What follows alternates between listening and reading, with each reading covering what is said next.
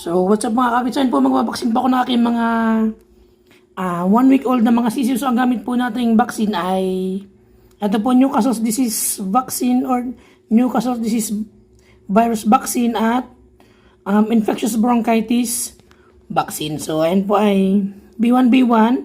So, B1 type, B1 strain. And then po ay live virus for 1,000 doses. So, pwede po itong ipatak sa mata, sa bibig, at sa ilong. Then, storage niya po, store at 2 to 7 degrees Celsius.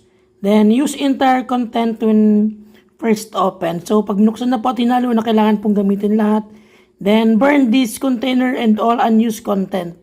Kapag po tapos na tayong mag-vaccine. So, ito po, pwedeng ma-overdose. So, pwedeng 2 o 3 patak po.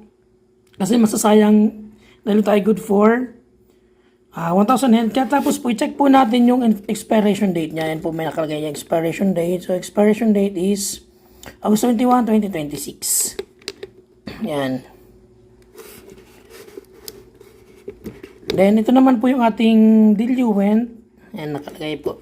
Then, may applicator po. Then, yung paghalo natin, mamaya haluin natin yan. Then, ayun po, bakit kailangan po nating mag-vaccine ng ating mga manok ng Newcastle disease virus at ng infectious bronchitis vaccine. So, napaka-importante po dahil ito ay, ang mga sakit na po ito ay dala po ng virus. So, hindi po siya kayang gamutin ng mga antibiotics. So, ang prevention lang po pwede sa kanya ay magbabaksin po talaga tayo. So, ano po yung mga signs and symptoms ng Newcastle disease virus? So, una po nagkakaroon ng ubo, pagbahing or gasping or paghirap sa paghinga yung mga sisiw. So, common kasi tinatamaan yung mga sisiw. Then, nag-iipong baliko yung lieg nila at yung ulo. So, para pong pilipit yung ulo nila.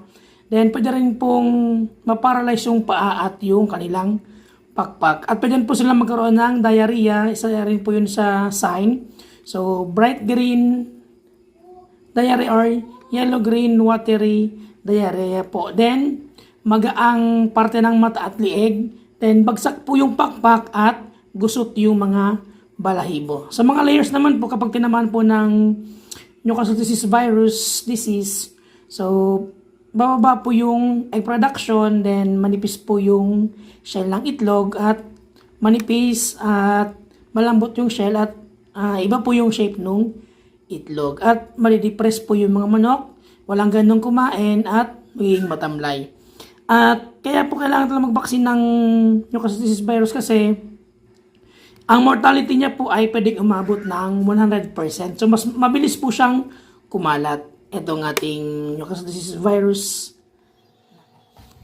So ay mga kagad, sa paghalo naman po ng ating vaccine, tanggalin po natin yung lid ng ating freeze vaccine. So ayun po, pag natanggal na po natin, lalagyan lang po natin siya ng konting diluent para po matunaw yung ating freeze vaccine. Then haluin lang po natin ng slightly lang po yung paghalo, hindi po masyadong malakas or mabilis yung paghalo para po hindi naman masira yung ating freeze vaccine. So lagay lang po tayo ng konting diluent, and eventually po matutunaw na po yan kapag meron ng diluent. Then shake lang po natin ng mahina, wag lang po masyadong malakas. Then kapag po nahalo na or na-dissolve na po yung ating freeze vaccine sa ating diluent, so pwede na po natin siyang ibalik doon sa malaking container, doon po sa lalagyanan ng ating diluent, at doon na po natin siya ihahalo. Kasi yun po ang gagamitin natin pang patak sa mga sisiw na babaksinan po natin. At kapag po nailagay na po natin yung dinissolve po nating freeze vaccine, so siguro din po natin mahalo talaga siya. Then, pag nahalo na po ng maigi, ayun, ilagay na po natin yung ating dropper, then yung cover, tapos halo natin ulit.